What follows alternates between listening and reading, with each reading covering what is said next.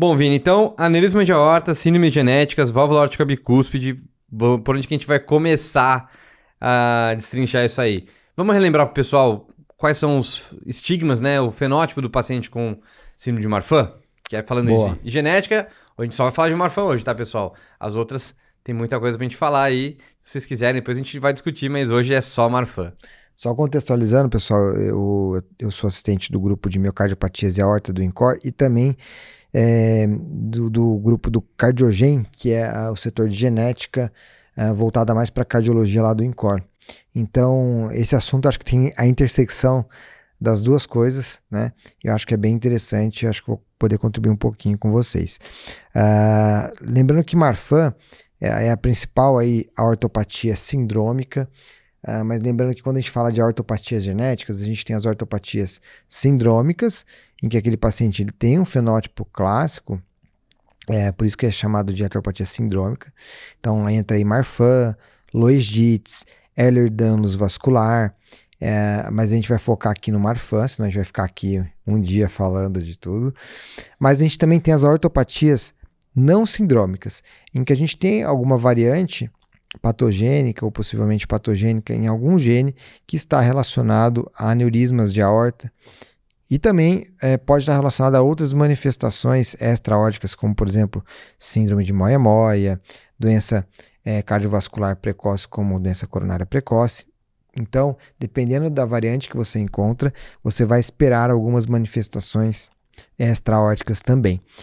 Mas o paciente não cursa com a síndrome clássica, como por exemplo Marfan.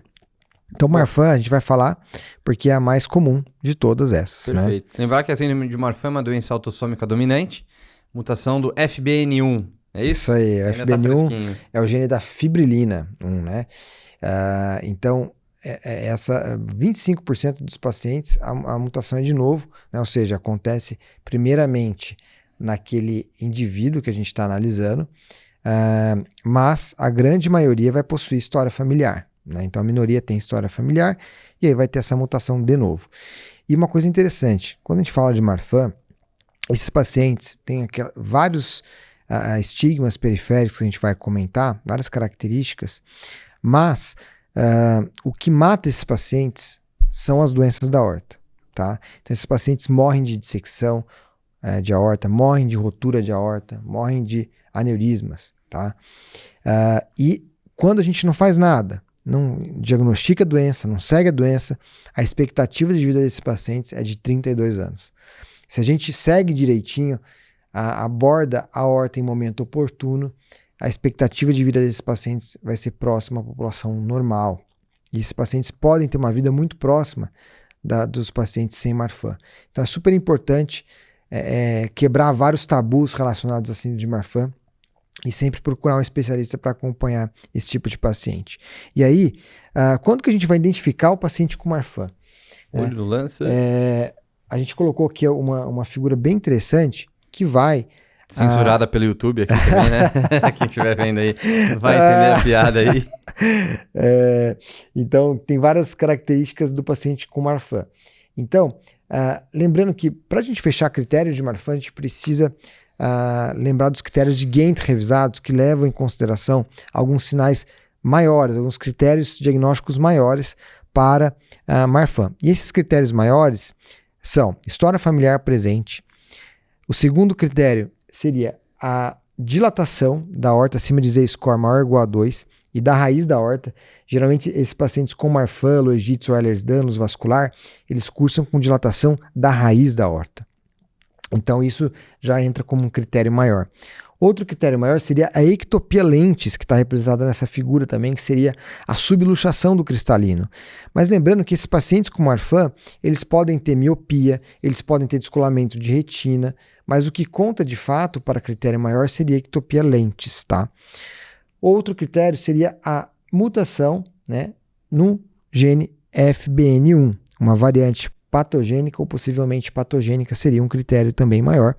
E o outro critério maior seria um score sistêmico maior ou igual a 7. O que é esse score sistêmico?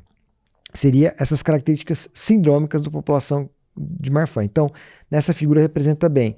Então, um prolapso de válvula mitral, um paciente que tem um pneumotórax espontâneo, protusão do acetábulo, ectasia dural, um pé plano e valgo, escoliose, cifose, sinal ali do dedão e do pulso, né? Esse aqui, né? Exatamente, o dedão ultrapassando a linha. Aí, Zé, faz aí, eu acho que você Aí, tem... ó, mostra aí, pessoal, ao vivo aqui. Foco no Zé aqui, ó. Esse é o sinal do polegar, né? Ele ultrapassando ali a linha da mão. E o sinal do pulso, que você vai pegar o dedão e o dedo mínimo e tentar ultrapassar o pulso, né? Abraçar o pulso. Então seriam sinais também que pontuariam no score sistêmico. Pectus carinatum, escavatum também pontuaria. Se você tem um score sistêmico maior ou igual a 7, você pontua. Então, dentre esses critérios maiores, desses 5, tendo 2, você fecha critério para Marfan. Então, para fazer diagnóstico de Marfan, você não necessariamente precisa de um teste genético para afirmar o diagnóstico. Ele vai ser útil para rastreio familiar também, para prognóstico, mas ele pode ajudar no diagnóstico em alguns casos, mas nem sempre vai ser necessário para fechar o diagnóstico. Então, esses são os highlights para a gente pensar em Marfan. E uma vez que o paciente tem Marfan, a gente tem que procurar ativamente doenças de aorta. Claro. Tá? Então, esses pacientes vão precisar fazer um ecocardiograma. E uma vez que a gente encontra uma dilatação da aorta, ele vai precisar de um angiotomo de toda a aorta para a gente procurar aneurismas também em outras partes da aorta. Tá? E aí, vem a pergunta. Quando que a gente vai abordar esses pacientes com doença de Marfan, né? Com a síndrome de Marfan? Então, quando nós falamos em aorta torácica ascendente, acima de 50 milímetros, a gente sempre vai abordar esses pacientes. Acima de 45 milímetros, se esses pacientes tiverem sinais de alto risco, que são história familiar de dissecção de aorta com diâmetro menor do que 5 centímetros, hipertensão resistente ou um crescimento maior ou igual a 0,3 milímetros, 0,3 centímetros por ano, tá errado aqui, ou 3 milímetros por ano, tá? Na diretriz americana, ele considera um critério a mais, que seria a dilatação difusa da raiz da aorta e a aorta ascendente, que seria um fator de risco também, e quando o paciente tem tortuosidade das artérias vertebrais. Então tem uma diferencinha da diretriz americana aí, só que os pontos de corte são os mesmos. Para outros segmentos da aorta, então para arco aórtico, para aorta torácica descendente, abdominal, o ponto de corte para Marfan vai ser 5 centímetros, classe 2A de recomendação, tá? E aí, como que a gente vai seguir esses pacientes com Marfan? Então, eles vão ter que ter um angiotomo basal ou uma angiorressonância para a gente avaliar a aorta toda, e eles vão fazendo ecocardiograma anual se eles tiverem fator de risco, como esses que estão abaixo aí, a gente vai fazer a cada 6 meses. E aí, durante o segmento, eles vão fazer angiotomo a cada 3 a 5 anos, tá? Se passou de 45 e ele não tem fatores de alto risco para abordar, a gente vai seguir esse paciente a cada 6 a 12 meses com eco, tá? E passando dos 50, aborda. Depois que operou, aí a gente pode seguir esses pacientes com angiotomo ali a cada 3 anos e um eco anual, tá? Uma coisa que vale a pena comentar. Esses pacientes com Marfan, eles precisam manter tratamento clínico, né? Para evitar a dilatação da aorta. Existe isso. Mesmo que ele não seja hipertenso, mesmo que ele não seja um paciente que esteja com duplo produto descontrolado, sim, tem alguns estudos com beta-bloqueador e BRA, principalmente losartana, mostrando que essas medicações reduzem a velocidade de dilatação da aorta desses pacientes com Marfan. Então, utilizar um dos dois é classe 1 de recomendação pela diretriz e a associação dos dois é classe 2A, mesmo que o paciente não tenha aneurisma ou dilatação. Então, o paciente Marfan sem doença de aorta visível, ainda nos exames de imagem, é recomendado utilizar beta-block e ou BRA. Maravilha. Tá? Isso é muito interessante. Isso eu aprendi numa reunião clínica quando eu ainda estava no R4 da cardio, isso, com o Weiner, olha só. Show de bola.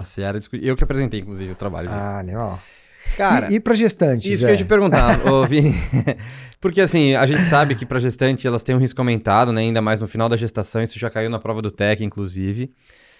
Então, gestantes ou mulheres com Marfan que estão planejando ter uma gestação, a gente tinha um corte de 45 milímetros.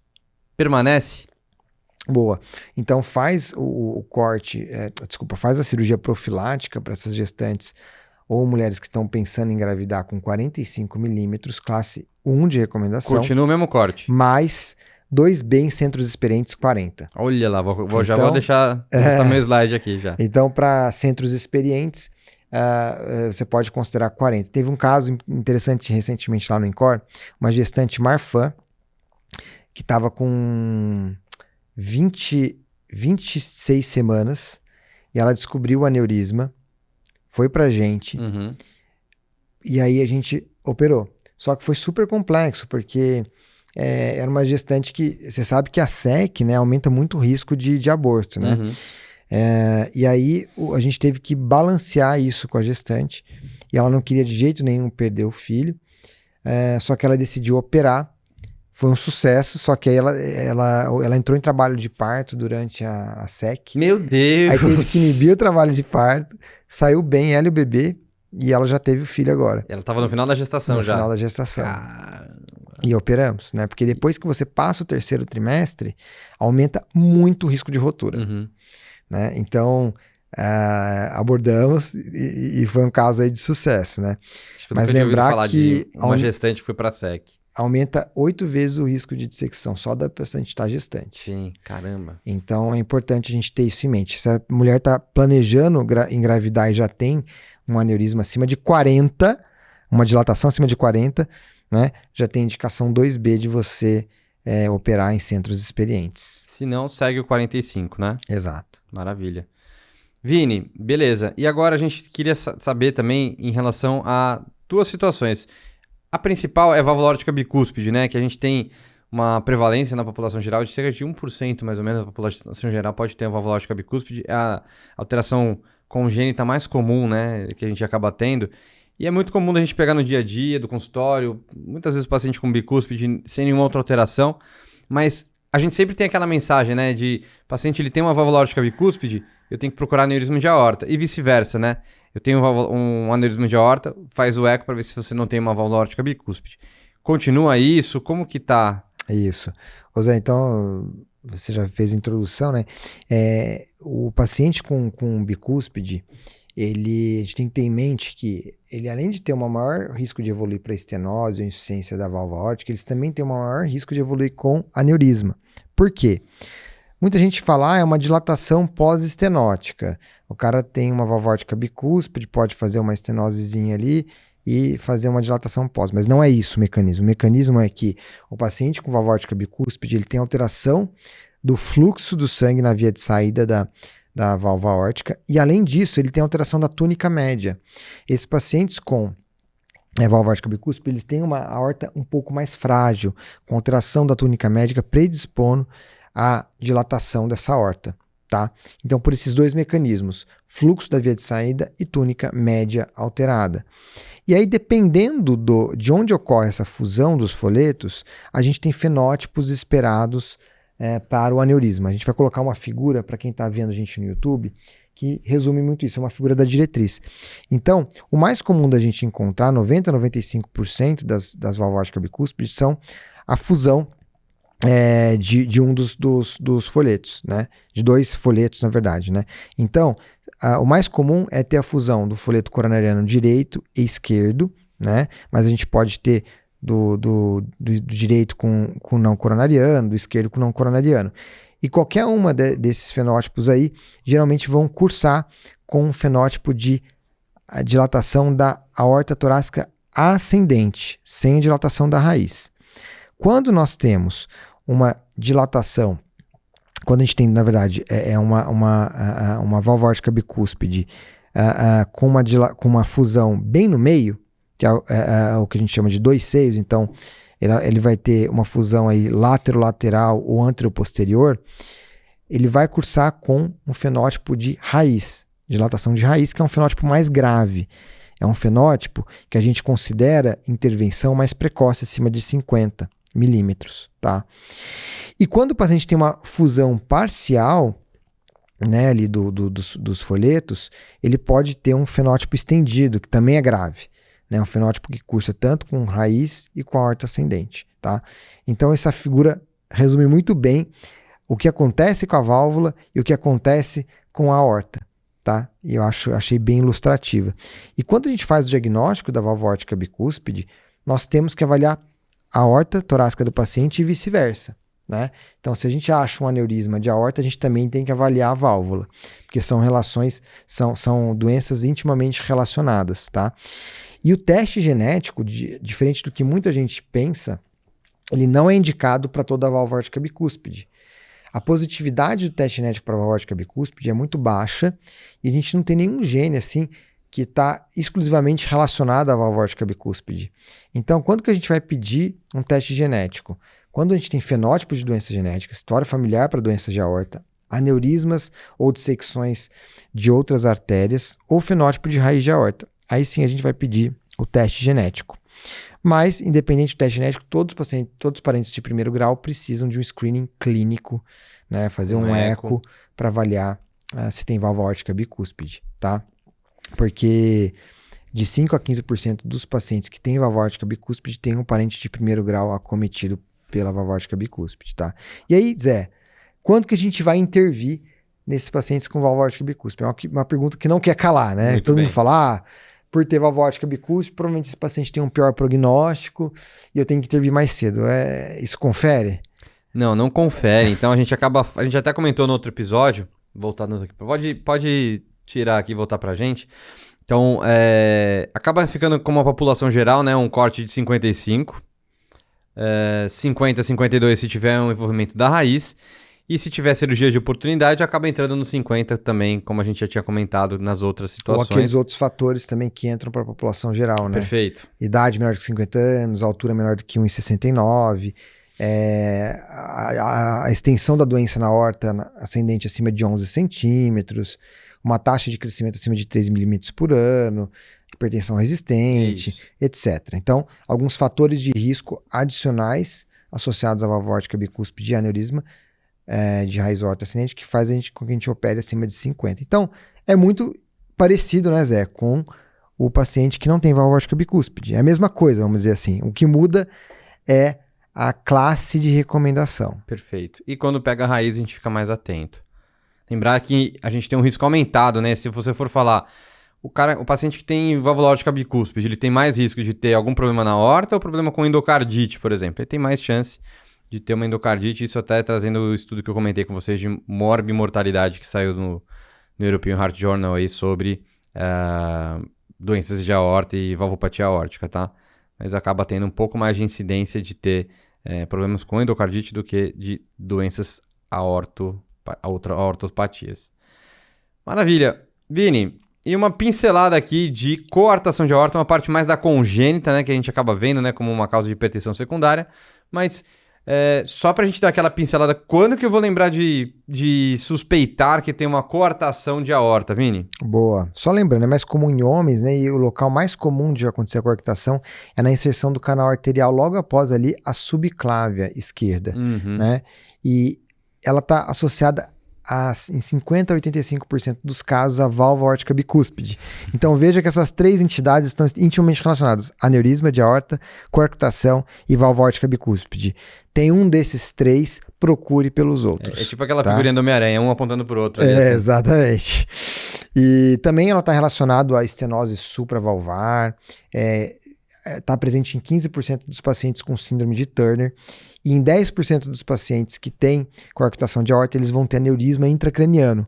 Então, se você tem um paciente com coarctação de aorta, com cefaleia, sempre pense em aneurisma ou AVCH, ou HSA. Então, fazer exame de imagem em pacientes que tenham cefaleia.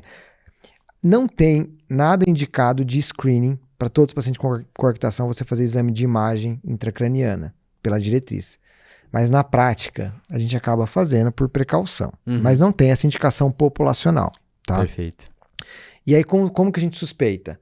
Então, a gente vai suspeitar, vamos dividir assim, sintomas de hiperfluxo, a montante da obstrução, da coarctação, e sintomas de hipofluxo ajusante, Uhum. né, da onde ocorre a obstrução. Então, o que seria sintomas de hiperfluxo? Hipertensão, de difícil controle, principalmente em pacientes jovens, cefaleia, epistaxe.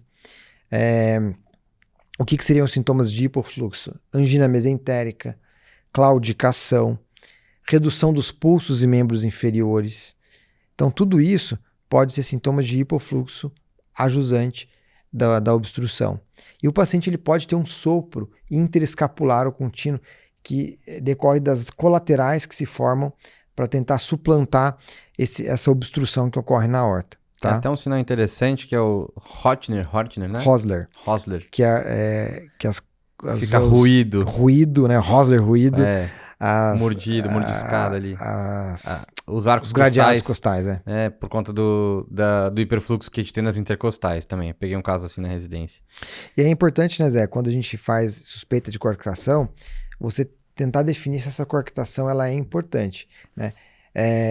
A gente consegue fazer o eco para definir o gradiente, mas é importante a gente também fazer angiotomo para ver exatamente a coarctação, definir o quão grave ela é, o grau de estreitamento. Mas o eco ajuda na avaliação do gradiente, assim como a avaliação clínica.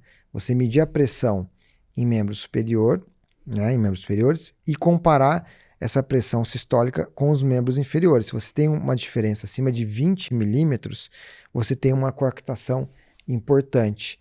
E aí você pode definir esse gradiente também pelo eco, pelo cateterismo. Tem várias formas de você quantificar esse gradiente acima de 20.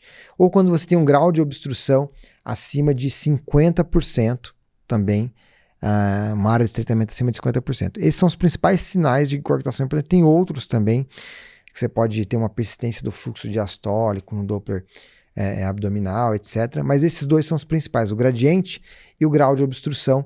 E isso é o que vai guiar também o nosso tratamento. Quando o paciente é hipertenso, principalmente se ele tem um gradiente, ou se ele tem acima de 20, ou se ele tem um grau de estreitamento acima de 50%, a gente vai considerar a intervenção para esse paciente, tá bom? Maravilha. E a gente acaba fazendo geralmente o tipo de intervenção mais da forma endovascular, né? Coloca um stent, não necessariamente, mas passa uma cordinha, balona ali. A primeira opção seria o endovascular. Quando não é muito factível, você pode fazer o tratamento cirúrgico, que você interpõe um tubo ali nessa área obstruída, ou você pode fazer derivação também bypass, né?